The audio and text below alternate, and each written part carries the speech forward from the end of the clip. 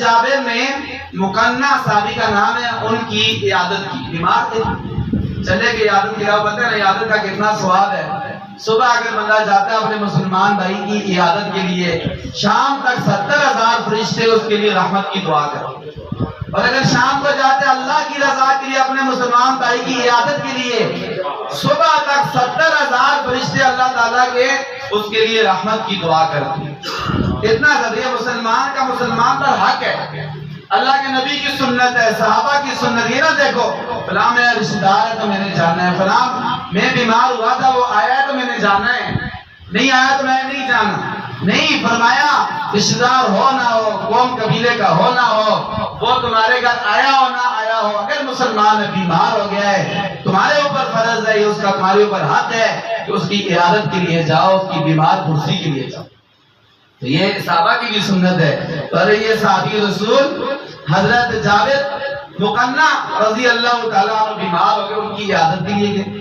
جا کر کیا دیکھا کہ وہ بیمار ہیں، پڑے ہیں بستر پر، کہنے لگے لا ابرح حتی تحتجما۔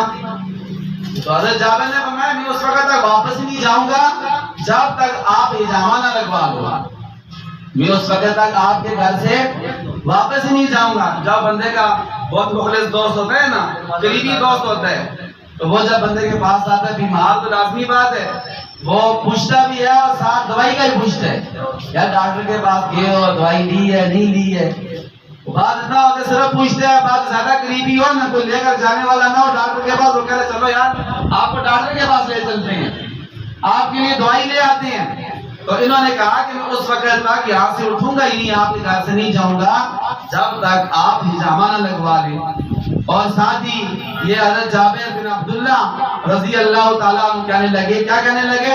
فرمانے لگے لا ابرح حتی تحتجما فإنی سمعت رسول اللہ صلی اللہ علیہ وسلم ان فیہ شفاء، رواہ البخاری۔